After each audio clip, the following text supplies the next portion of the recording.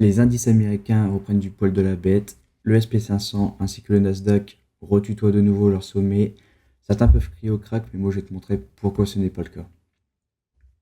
Avant toute chose, n'oublie pas que tu peux venir nous rejoindre sur Discord pour pouvoir communiquer et partager avec nous, avoir accès à toutes mes ressources pour le trading.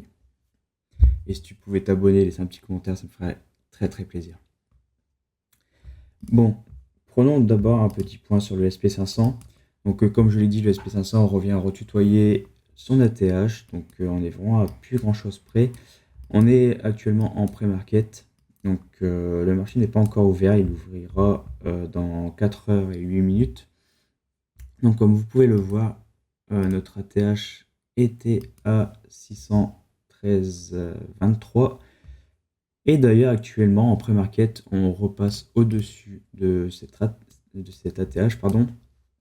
Donc, il reste fort à parier qu'on fera un nouvel ATH dès l'ouverture de cette journée. Et franchement, tous les indicateurs restent au vert. Donc, j'ai beaucoup aimé cette façon de pouvoir poser ce petit W ici, bien qu'on n'ait pas venu retag notre first stop. Mais en tout cas, ce W peut très clairement donner des indications sur les prochains objectifs à venir, ainsi que ces ratios que j'aime beaucoup utiliser, donc je ne vais pas en revenir tout de suite dessus. Donc on a les 2,54 ainsi que les 5,08. Donc le 5,08 c'est le ratio clé que j'emploie pour les sorties de range type consolidation, ça peut être les W, les têtes, épaules, etc. Toute figure chartiste. Et j'utilise les 2,54 comme point de checkpoint, un peu à la moitié de la route. Et actuellement, on est venu tag donc parfaitement les 2,54. Et l'objectif serait pour moi donc de venir chercher les 5,08. Donc ça ferait un SP à 712 points. Je vais revenir aussi sur ce que vous pouvez voir en ligne rouge. Donc c'est tout simplement le baromètre de janvier. Si vous ne savez pas ce qu'est le baromètre de janvier, c'est pareil, n'hésitez pas à venir dans le Discord, vous pourrez retrouver donc même dans Théorie Trading, donc le baromètre de janvier. Donc je vais revenir sur ce baromètre de janvier. Alors ce baromètre de janvier signifie que selon le price action qu'on aura pour le mois de janvier, l'année en cours suivra le même rythme. Donc voici ce price action de janvier ici entre ces deux barres vertes. Et du coup, si on veut, on peut découper ça en 4 parts égales pour avoir la direction du marché pour chaque trimestre.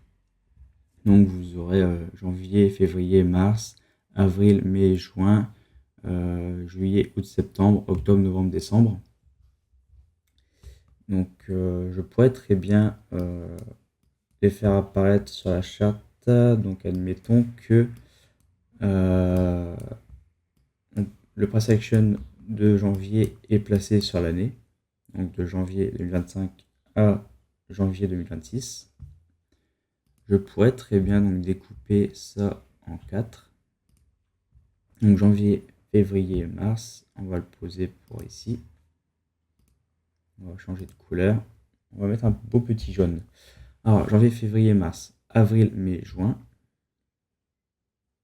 Il n'est pas resté. Je vais le remettre. Tac. Il s'est toujours pas mis. Le salaud. Juin, juillet, août, septembre.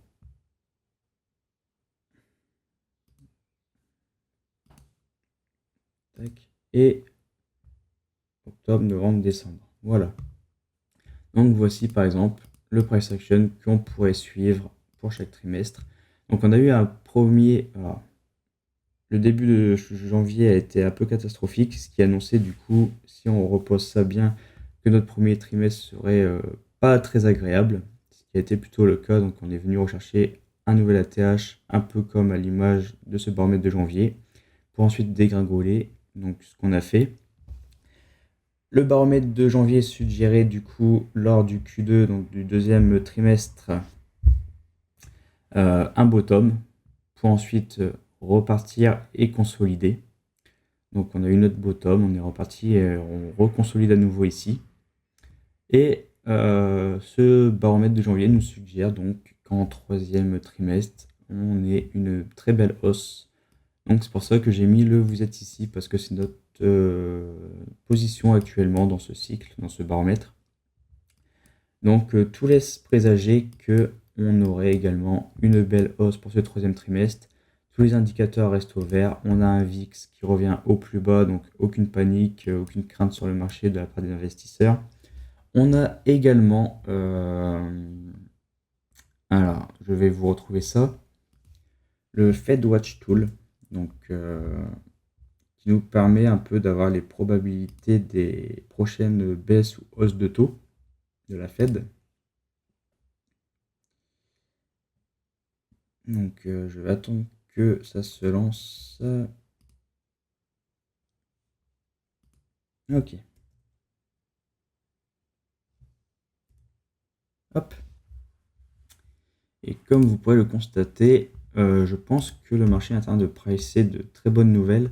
Donc nous voilà pour le FOMC du 30 juillet. Donc les probabilités restent quand même très hautes à ce qu'on ne change pas les taux.